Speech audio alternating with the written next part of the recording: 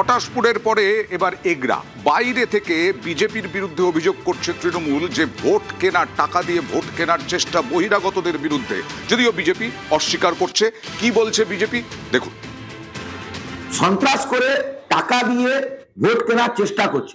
কসবাগোলা বস্তিতে একজনকে বিজেপি করে না। আজ 3-4 দিন ধরে সাহারা বুথ দিয়ে বিহার উড়িষ্যা থেকে লোক এনে ঢোকানো হচ্ছে, টাকা ঢোকানো হচ্ছে। আমাদের ভারতীয় জনতা পার্টি উড়িষ্যার 4 জন কার্যকর্তা গত দুদিন ধরে সেখানকার সংখ্যালঘুদের ভাইদের এবং মায়েদের তারা যথোযুক্ত করে বোঝানোর চেষ্টা করেছে, এবং সেখানকার রাষ্ট্রবাদী আমাদের মুসলমান ভাই বোনেরা তারা কিন্তু ভারতীয় জনতা পার্টির পক্ষে। তাই সেই কারণে এই সমস্ত প্রবাসী কার্যকর্তাদের নামে মিথ্যা রটনা রুটিয়ে হঠাৎ উপরে তরোয়াল লাঠি নিয়ে এসে আক্রমণ শুরু করেছে, ওনাদের গাড়ি ভাঙচুর করেছে। পূর্ব মেদিনীপুরের কসবাগোলা মুসলিম প্রধান এলাকা এগরা বিধানসভা কেন্দ্রের মধ্যে পড়ে। তৃণমূলের অভিযোগ, বিহার এবং ওড়িশা থেকে বহিরাগতদের কসবাগোলায় ঢোকাচ্ছে বিজেপি। তৃণমূলের দাবি, মঙ্গলবার রাত 8টা নাগাদ একটি গাড়িকে আটকান গ্রামবাসীরা। তারপর জানা যায় গাড়ির ভেতরে থাকা 4 জনই ওড়িশার বিজেপি নেতা। সন্ত্রাস করে টাকা দিয়ে ভোট কেনার চেষ্টা করছে। কসবাগোলা বস্তিতে একজনকে বিজেপি করে না। আজ 3-4 দিন ধরে সাহারা বুথ দিয়ে বিহার উড়িষ্যা থেকে লোক এনে ঢোকানো হচ্ছে, টাকা ঢোকানো হচ্ছে।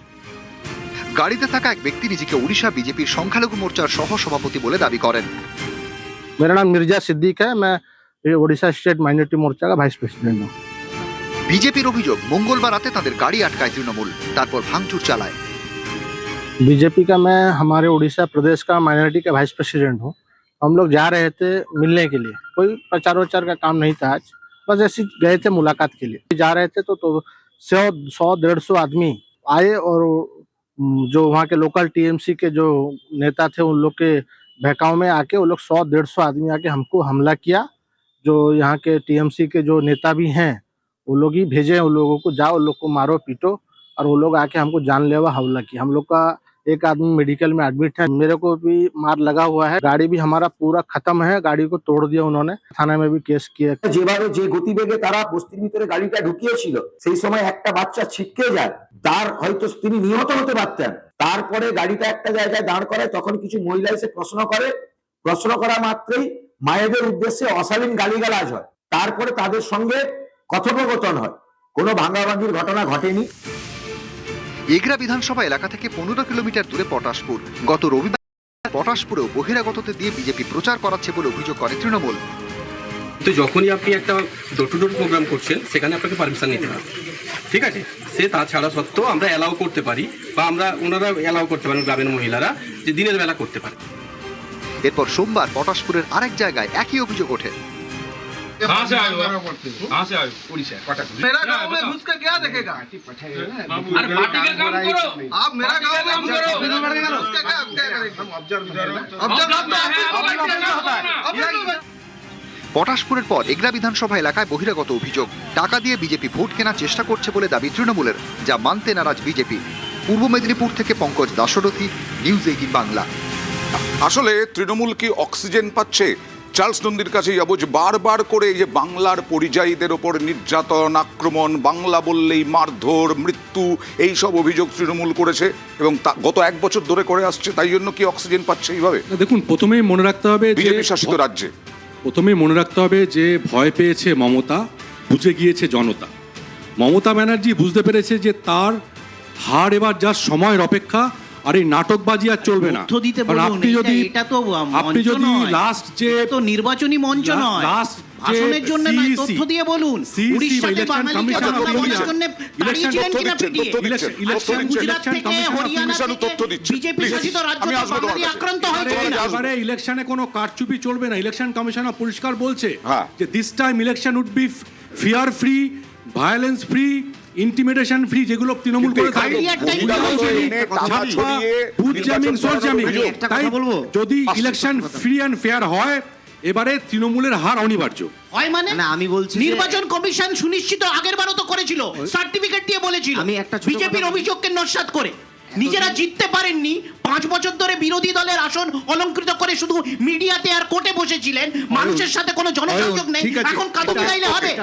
আমার ছোট কথা হচ্ছে, দেখুন এই যে বিজেপি এত কথা বলছে না, সোজা কথা, আমরা এতদিন ধরেছি ভোট লুট হয়েছে, ভোট খাওয়া হয়েছে, ব্যালটও খেয়ে নিয়েছে, এই ভোট ভাসছে পুকুরে, এই নিদর্শন আমরা দেখেছি। এখন নতুন নিদর্শন কি তৈরি হয়েছে জানেন? এসআইআর এর মধ্যে দিয়ে বৈধ ভোটারকে বাদ দিয়ে দাও। এমনকি এই যে কথা বলা হয়েছিল যে রোহিঙ্গা খুঁজে খুঁজে বের করা হবে, যে কি খুঁজে বের করা হবে, যারা ওপার থেকে নাকি এপারে এসছে। আমি আমার পাড়ায় আমার অভিজ্ঞতা, বুথে বুথে গিয়ে সার্ভে করতে গিয়ে, বুথে বুথে গিয়ে স্ক্রুটিনি করতে গিয়ে দেখছি একেবারে হিন্দু মানুষ, মানে দুবেলা পুজো করে, আপামর হিন্দু, পুজো আচরার সঙ্গে থাকে, তাদের নাম বাদ দেওয়া হয়েছে। মানে এটা পরিকল্পিতভাবে বাদ দিল।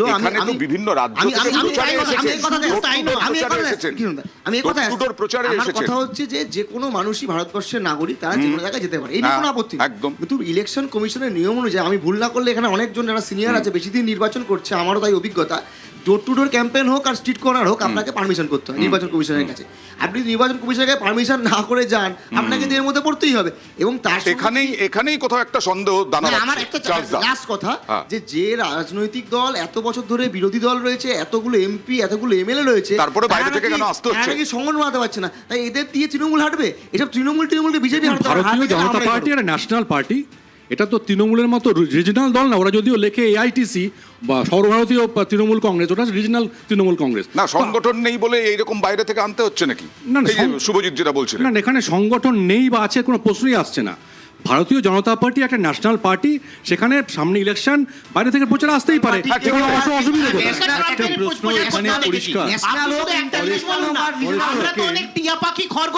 বিজেপির প্রার্থী হতে দেখি চার্লস বাবু, উনি তো প্রার্থী হতে পারেন, বিজেপির বিদ্বেষটা বলো, বিজেপি উনাকে কোনোদিন বিদ্বেষের জন্য প্রার্থী করবে না। উনি এখানে এসে যতই গলাবাজি করবে, টিয়া পাখি প্রার্থী হবে, খরগোশ প্রার্থী হবে। ইন্টারেস্টিং, ও যে প্রসঙ্গটা তুলেছে ইজ ভেরি ইন্টারেস্টিং। দেখো একটা কথা বলি, এটা দেখো, আমি তোমাকে প্রথম স্পেলে বলেছিলাম, দেখো অপটিক্স কিরকম চেঞ্জ হয়ে যাচ্ছে, মানে কোথাও মাছ দেখিয়ে নির্বাচন, কোথাও টাকা দেখিয়ে নির্বাচন, কিন্তু কেউ একবারও বলছে না যে এই নির্বাচনটা হওয়া উচিত যেখানে সার্বিক উন্নয়নের প্রশ্ন। আমি সব মাত্রাকে বাদ দিয়ে বলছি। আচ্ছা, ইন্টারেস্টিং, আমি সেই কথা তোমাকে বারবার বলছি, সে তো মমতা দেবীও বলছেন, কিন্তু প্র্যাকটিক্যাল রেকর্ড কি বলছে? সারা ভারতবর্ষ জুড়ে প্রথমত বেকারি সমস্যায় 48 বছরের সর্বোত্তম বেকার সারা ভারতবর্ষে। আবার পশ্চিম বাংলায় গতকাল রাহুল গান্ধীও বলে গেছেন 5 লক্ষ বছরে চাকরি দেওয়া হবে 84 লক্ষ যারা বেকার ভাতার জন্য অ্যাপ্লাই করছে। মানে এগুলো হচ্ছে স্ট্যাটিস্টিক্স। সুতরাং কি ঘটছে আমরা জানি। আমি তোমাকে একটা কথা বলি, মানে খুব সেন্টিমেন্টালি এই কথাটা আমি বলতে বাধ্য হচ্ছি। দীর্ঘকালীন রাজনৈতিক অভিজ্ঞতা থেকে আমি নির্বাচনের এই অপটিক্সগুলোকে নতুনভাবে দেখছি। কেন বলি, তুমি বাঙালি মুখ্যমন্ত্রী হবে, আচ্ছা ঠিক আছে, বাংলাভাষী মুখ্যমন্ত্রী, সেটাই তো স্বাভাবিক, কিন্তু তার নাম কি বরকত গনি খান চৌধুরী হতে পারে? মানে আমি কি বলতে চাইছি বোঝার চেষ্টা করো। আমি সেই প্রজন্মের মানুষ বলেনি, আমি সেই প্রজন্মের মানুষ যেখানে আসামের মুখ্যমন্ত্রী আনোয়ারা তৈমুরকে আমি দেখেছি, আনোয়ারা তৈমুরকে আমি দেখেছি, কিন্তু আপনাকে স্থান দেওয়া হচ্ছে না কারণ সংখ্যালঘু বলে। এক মিনিট শেষ করে নি। আমি আনোয়ারা তৈমুরকে দেখেছি আসামের মুখ্যমন্ত্রী, আর আন্তুলেকে দেখেছি মহারাষ্ট্রের মুখ্যমন্ত্রী। সেই ভারতবর্ষে আমি সেই প্রার্থীও তো নেই পশ্চিমবঙ্গে বিজেপির লিস্টে, বাংলা ভাষী তো এরাও। সুতরাং এই বাংলা ভাষা আপনারা জোর দিচ্ছেন। দুটো ইস্যু আছে। প্রথম কথা, সবাইকে বলতে হবে, একটা কথা মনে রাখতে হবে যে ভারতীয় জনতা পার্টি সংখ্যালঘুদের নিয়ে রাজনীতি করে না, ধর্মীয় রাজনীতি করে মমতা ব্যানার্জি। আমাদের কাছে ধর্ম মানে গণতন্ত্র, রাজনীতি মানে উন্নয়ন। এখানে এমপি আপনার নেই, একটা মুসলিম এমপি আপনার নেই, একটা নমিনেশন আপনি দেননি এই রাজ্যে, এই নির্বাচনে একটা মুসলিমকে আপনারা নমিনেশন দেননি। আপনারা ইনক্লুসিভনেসের কথা বলবেন আর আমরা শুনবো। পশ্চিমবঙ্গে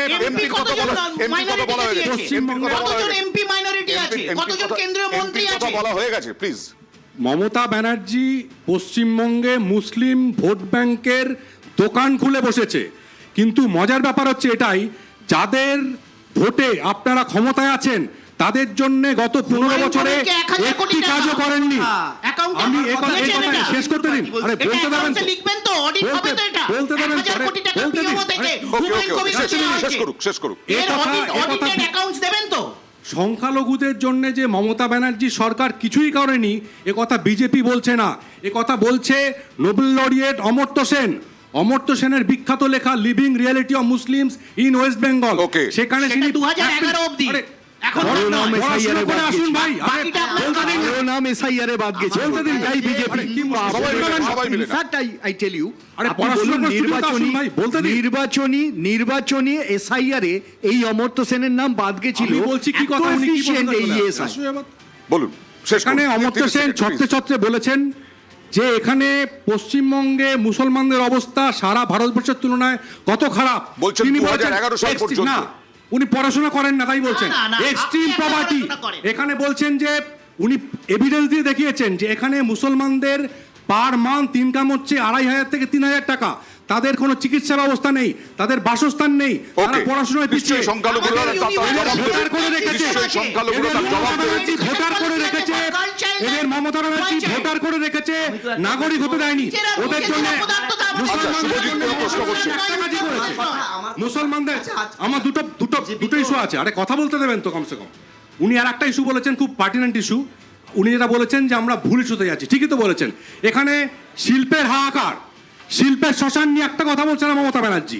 চাকরি নেই, বেকারত্ব একটা কথা বলছে না। কয়লা চুরি, গরু চুরি, চাকরি চুরি নিয়ে একটা কথা বলছে না। ওদের বলার সাহস নেই বলছে। কথা এই যে মুসলিম হিন্দু যখন প্রসঙ্গ উঠে এলো, তাহলে আমাকে কি বলতে হবে যে হিন্দু মানুষের যে নাম বাদ গেল, বিজেপি তো সেই নিয়ে রাস্তায় নামা উচিত ছিল, হ্যাঁ কি না? দুই, আমার কথা এই যে মমতা ব্যানার্জির জন্য হিন্দু আর মতুয়াদের নাম বাদ গেছে। এই যে শিল্প নিয়ে প্রশ্ন উঠলো, তো তাহলে আমাকে তো এটাও মনে করতে হবে, যখন টাটার কারখানার গল্পটা আমার যদি ফিরে যায় সেই সময়, তখন মমতা বন্দ্যোপাধ্যায় যখন কারখানা আটকাচ্ছে, পাশে তো বসেছিল রাজনাথ সিং। রাজনাথ সিং কি সিপিএম করতো না কংগ্রেস করতো? আমার যতদূর অভিজ্ঞতা, রাজনাথ সিং বোধহয় বিজেপি তখন নেতা ছিল বড়। একদম।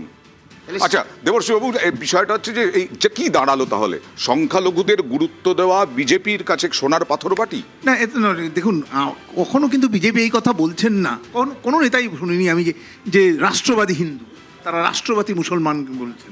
তার মানে কি, মুসলমান সম্প্রদায়কে একটা কোয়েশ্চেন মার্কের মধ্যে রেখে ওনাদের যে ফিল্টার, সেই ফিল্টারের বাইরে যারা আসছে তাদের রাষ্ট্রবাদী বলছে, বাকিরা রাষ্ট্রবাদী নয়, রাষ্ট্রবাদী খ্রিস্টান বলছেন না। ফলে এই যে বৈষম্য, চায়নাবাদী আর দুবাইবাদী হিন্দু, প্লিজ, এই বৈষম্যটা কোনো, যার মূল স্ট্রাকচারটা ভারতবর্ষের ধর্মনিরপেক্ষতা, সেইখানে একটা রাজনৈতিক দল যারা কেন্দ্রে রয়েছে, এতগুলো রাজ্যে রয়েছে, তাদের এই দৃষ্টিভঙ্গিটা কিন্তু ভারতবর্ষকে ভেঙে টুকরো করে দেওয়ার পক্ষে যথেষ্ট কারণ কিন্তু ভবিষ্যতে হতে পারে। ফলে এইটা কিন্তু কোনো মতে ধর্মনিরপেক্ষতা বহুত্ববাদী ভারতবাসীকে পক্ষে মেনে নেওয়া। রাহুল বাবু একেবারে সত্যি কথা বলেছেন। আমি তোমাকে একটা কথা বলি, ইনফ্যাক্ট আমরা যেটা রিয়ালাইজ করি, আমি ইনক্লুসিভ পলিটিক্সের কথা বলবো, সকলের উন্নয়নের কথা বলবো, অথচ আমি কেন্দ্রীয় স্তরে লোকসভাতে একটি মুসলিম নমিনেশন দেব না, রাজ্যে তো দেবই না।